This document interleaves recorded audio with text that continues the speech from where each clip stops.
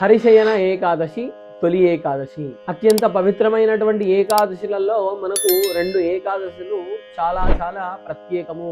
ఒకటి తొలి ఏకాదశి, ఇంకొకటి ముక్కోటి ఏకాదశి. అది ఎప్పుడు వస్తుందయా అంటే ఆషాఢ శుద్ధ ఏకాదశి మనకు హరిశయన ఏకాదశి లేదా తొలి ఏకాదశి లేదా దేవశయని ఏకాదశి అని అంటారు.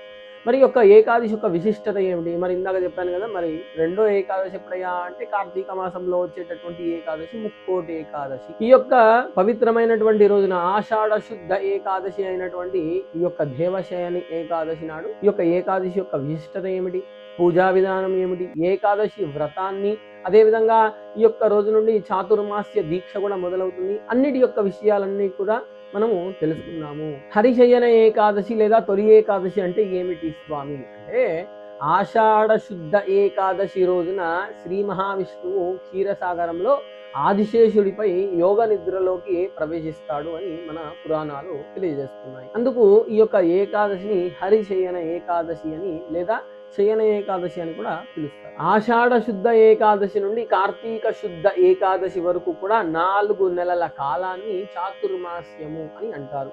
మరి ఈ యొక్క 4 నెలల్లో ఆ శ్రీ మహావిష్ణువు యోగ నిద్రలో ఉన్నప్పటికీ తన భక్తులను ఎల్లప్పుడూ కూడా అనుగ్రహ దృష్టితో కాపాడుతూ ఉంటాడు. ఈ యొక్క 4 నెలలు కూడా మనకు జపము చేయడానికి, ధ్యానము చేయడానికి లేదా దానము చేయడానికి, మనం ఉపవాసము చేయడానికి లేదా ప్రతినిత్యము కూడా విష్ణు సహస్రనామ పారాయణము చేసేటటువంటి ధార్మిక కార్యక్రమాలు చేయడానికి అత్యంత పవిత్రమైనటువంటి కాలంగా మనందరము కూడా భావించుకోవాలి. అదే విధంగా మన పెద్దలు భావిస్తారు కూడా. మరి స్వామి తొలి ఏకాదశి అని ఎందుకు అంటారు అంటే చాతుర్మాస్య వ్రతాలకు ఇది ప్రారంభము కావడంతో దీనిని తొలి ఏకాదశి అని పిలుస్తారు.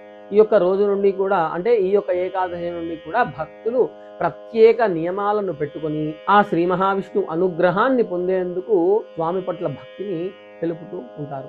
ఈ యొక్క ఏకాదశి యొక్క విశిష్టత మహిమ ఏమిటయా స్వామి అంటే పురాణాలలో ఈ యొక్క ఏకాదశి మహిమను ఎంతో ఎంతో గొప్పగా వర్ణించారు. ఈ యొక్క ఏకాదశి నాడు ఉపవాసము చేసి భక్తి శ్రద్ధలతో శ్రీ మహావిష్ణువు ఆరాధిస్తే పాపాలు నశిస్తాయి, దేహశుద్ధి, మనశ్శాంతి కలుగుతుంది.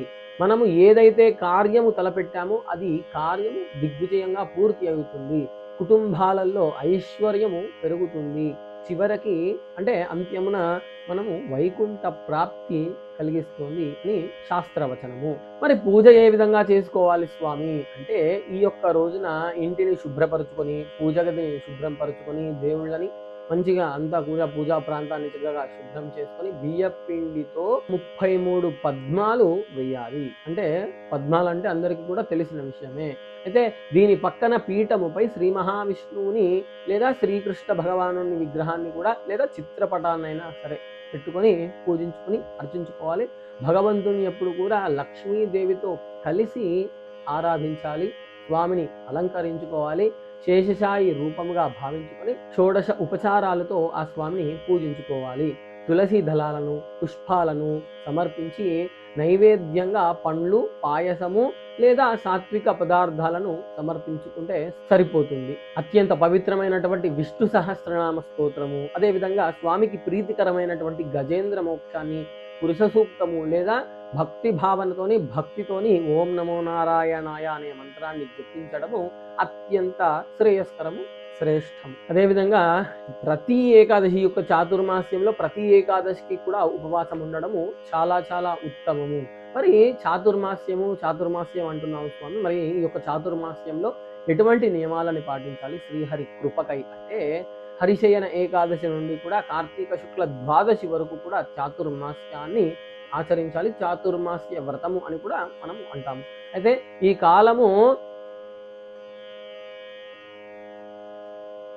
కాలం అంతా కూడా అంటే ఈ కాలంలో వీలైనంత వరకు కూడా సాత్వికమైనటువంటి ఆహారాన్ని తీసుకోవాలి. ప్రతిరోజు కూడా విష్ణు సహస్రనామ స్తోత్రాన్ని పారాయణం చేయాలి. అది ఉదయం కానీ లేదా సాయంత్రం కానీ. స్వామికి ఎప్పుడు కూడా ఎల్లవేళలా స్వామి భగవన్నామస్మరణ చేసుకుంటూ ఉండాలి. అదేవిధంగా ఈ యొక్క చాతుర్మాస్యంలో దానము చేయడము, ధర్మాన్ని ఆచరించడము చాలా చాలా శ్రేయస్కరము. ఆలయ సందర్శనము చేసుకోవాలి, తులసి పూజ చేసుకోవాలి. ప్రతి ఏకాదశికి కూడా ఉపవాసం ఉండాలి. అదేవిధంగా కొన్ని సాంప్రదాయానుసారంగా కొన్ని వాళ్ళ ఆచారానుసారంగా తేనెను, పొట్లకాయను, చెరుకును, రేగు పండ్లను, గుమ్మడికాయను, కొత్త ఉసిరి పండ్లను లేదా చింతపండును వంటి పదార్థాలను వదిలివేస్తూ ఉంటారు. వారి సాంప్రదాయానుసారంగా లేదా మీ యొక్క గురువు ఆచరించినటువంటి నియమాలను లేదా మీ గురువు చెప్పినటువంటి నియమాలను పాటిస్తూ ఈ యొక్క చాతుర్మాస్య దీక్షని చేసుకోవచ్చు. చాతుర్మాస్య వ్రతాన్ని ఆచరించుకోవచ్చు. మరి స్వామి వ్రతము ముగింపు ఏ విధంగా చేసుకోవాలి అంటే, వ్రతము పూర్తి అయిన తర్వాత శక్తి మేరకు సుమంగళీలని పిలుచుకొని, స్త్రీలను పిలుచుకొని తాంబూలము, వాయనము సమర్పించి వారి యొక్క ఆశీర్వాదాలను పొందాలి. ఈ యొక్క పవిత్రమైనటువంటి రోజున శ్రీ మహావిష్ణువుని భక్తి శ్రద్ధలతో ఆరాధించి ఆ శ్రీమన్నారాయణుడి యొక్క కృపా కటాక్షాలను పొందండి. శ్రీమతే నారాయణాయ నమః. జై శ్రీమన్నారాయణ. ఆ శ్రీమన్నారాయణుడు అందరికీ కూడా ఆయుర ఆరోగ్యాలు అష్ట ఐశ్వర్యాలతో ఆశీర్వదించుగాక అని ప్రార్థిస్తున్నాను. ఇలాంటి విషయాలకై లేదా మన సనాతన ధర్మానికి సంబంధించినటువంటి ఆధ్యాత్మిక విశేషాల కోసము నా ఛానల్ని తప్పక సబ్స్క్రైబ్ చేసుకోండి. శ్రీమతే నారాయణాయ నమః. జై శ్రీమన్నారాయణ. ఓం నమో నారాయణాయ.